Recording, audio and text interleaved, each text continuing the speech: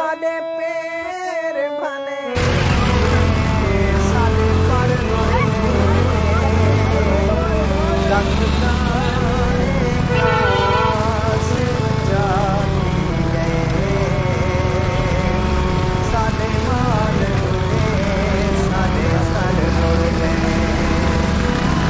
बिस्मिल्लाहिर्रहमानिर्रहीम अस्सलाम वालेकुम।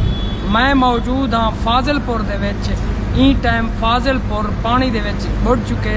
ये मेरे पिछो तुसां देखो फाजिलपुर दा हाई स्कूल है ते ये जड़ा है ना फाजिलपुर दा शहर दा मेन रोड है। इंदे विच तकरीबन ई टाइम 5-6 फुट पानी है। ये स्कूल भी पूरा पानी नाल बुड़ चुके ते जड़ा फाजिलपुर दा मगरबी हिस्सा है वो पानी दे विच बुड़ चुके। हुण जरा पानी है वो मशरकी हिस्से दे विच वेंदा पिया और उत्थां भी काफ़ी सारा जरा फाजिलपुर दा शहर है वो पानी दे विच इस टाइम बुड़ चुका। जी ये हाई स्कूल फाजिलपुर है, एक रिलीफ कैंप बनाया गया जी। मैं मौजूद हाँ ये मेन फाजिलपुर ही दे मेन फाजिलपुर दा जरा शहर है वो ही दे इन साइड दे उत्ते म्यूनसिपल कमेटी फाजिलपुर है।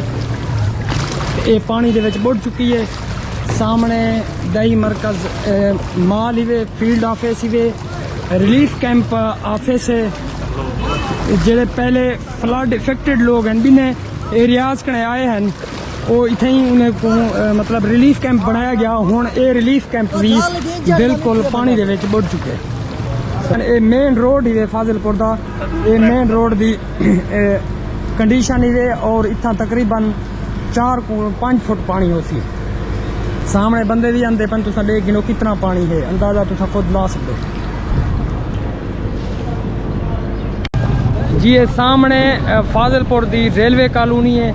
ई साइड दे उत्ते भी तुसा अपना शहर दा जरा मगरबी किनारा है वो है ते ये है फाजिल वाह जरा के इथों पानी क्रॉस कर कराई ते शहर दा जरा मशरकी किनारा है ना उन साइड दे उत्ते वेना पे इंडा सही वे इंडा सही दे हाईवे दे तलो जरा ना फाजिल वाह जरा नाला है वो गुजरदा पे ते हुण इंदा पानी शहर दा जरा मशरकी हिस्सा है उनदे विच वेंदा पे। मैं तो सामने दिखा ना सामने RHC फाजिलपुर है।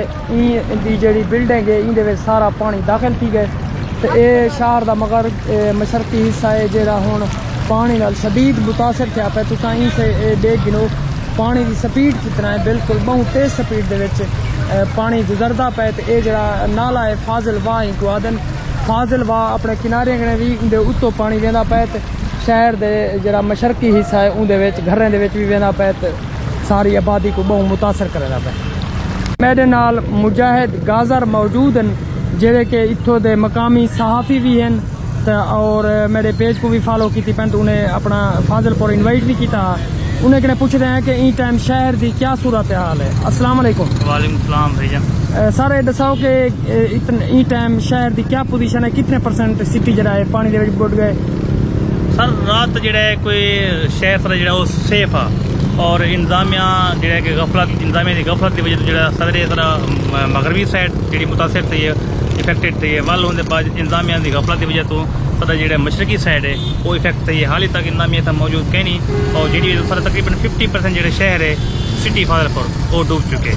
अच्छा इनके दूहे किनारे मतलब मगरबी भी ते मशरकी दूहे किनारे बिल्कुल। पहले फर्स्ट जो मगरबी साइड थी है और जो कुतुब तुरटे वो रेलवे कॉलोनी के इंटर थे पानी और रेलवे कॉलोनी के बाद जो पानी वो फाजिल वाह थे फाजिल वाह वाला पानी क्योंकि उनकी कैपेसिटी इतना कहना है और उनकी कैपेसिटी इतना ना होने की वजह से जो पानी है वो बाहर आउट थे सिटी के मुतासर